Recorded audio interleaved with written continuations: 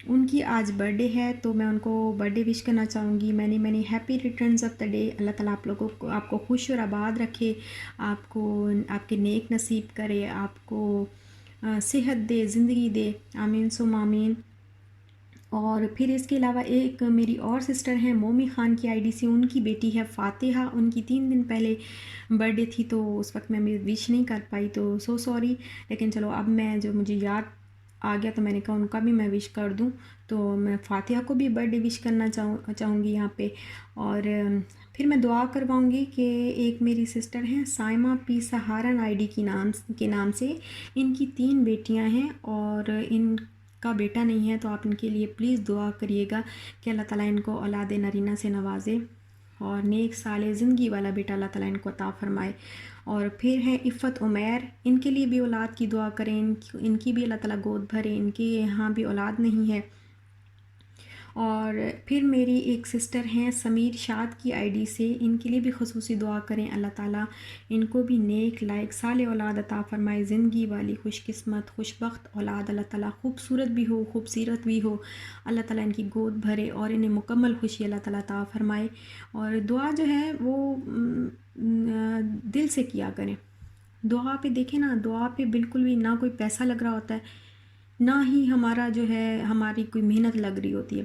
لیکن جو ہم دعا کرتے ہیں نا, اللہ تعالیٰ فرماتا ہے کہ جو ایک مسلمان بھائی اپنے دوسرے مسلمان کے لیے غائبانہ دعا کرتا ہے نا, وہ بہت جلدی قبول ہوتی ہے. مطلب ایک مسلمان کو پتہ بھی نہیں ہے اور دوسرا مسلمان بھائی اس کے لیے دعا کر رہا ہے, تو وہ بہت جلدی اللہ تعالیٰ قبول فرماتا ہے. اور اس کو بھی دینے سے پہلے اللہ تعالیٰ وہ چیز وہ نعمت آپ کی جھولی میں ڈالتا ہے اور پھر اس کی طرف جاتی ہے. وہ نعمت جو آپ اس کے لیے مانگ رہے ہوتے ہیں وہ پہلے آپ کے پاس آتی ہے, یا اس دعا کا اجر پہلے آپ کو ملتا ہے. اجر کسی بھی صورت میں ہو سکتا ہے, رزق کی صورت میں بھی ہو سکتا ہے, اولاد کی صورت میں بھی ہو سکتا ہے, خوشیوں کی صورت میں بھی ہو سکتا ہے, اور زندگی کی صورت میں بھی ہو سکتا ہے.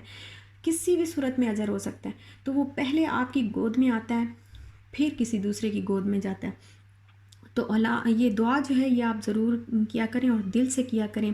اور دوسرا جو ہے وہ اس بات پہ یقین رکھ لیں کہ اگر اللہ تعالیٰ نہیں چاہتا نا, تو اس دنیا کا ایک پتا بھی, بلکہ دنیا کیا اس کائنات میں ایک پتا بھی نہیں ہل سکتا.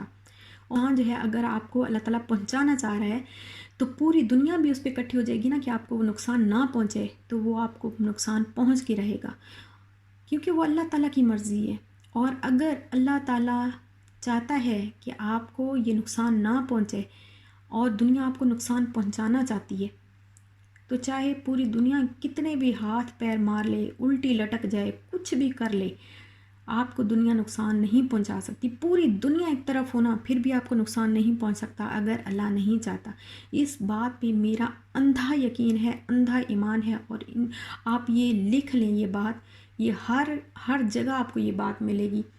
اور یہ میں نے بہت دفعہ نوٹ کی ہے, اور اللہ تعالیٰ ایسے ہی کرتا ہے. جب بھی یقین آپ رکھیں نا, اندھا یقین رکھیں, ایسے ہی ہوتا ہے. تو بس یہاں پہ میں بنا رہی ہوں دال, اور دال میں بس ہمیشہ ایسی بناتی ہوں کہ پہلے بوائل کر لیتی ہوں دال کو, اور پھر مسالہ بنا کے تو اس میں دال جو ہے اچھی طرح فرائی کر لیتی ہوں, اور بعد میں اس کو تڑکا لگاتی ہوں.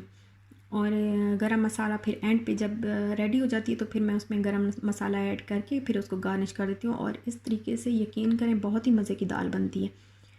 اور یہ دال جو ہے میں نے ماش کی بنائی ہے, اور بہت ہی اچھی خوشبو آ رہی ہے, اور میرے ہسبینڈ کو اس طرح کی دال بہت پسند ہے. کبھی ضرور اس طریقے سے بھی ٹرائی کریے گا. ویسے تو آپ سب کو کھانا بنانا بہت آتا ہے, مجھے پتہ ہے آپ کو سب کو ہی آتا ہے, سب سسٹرز کو.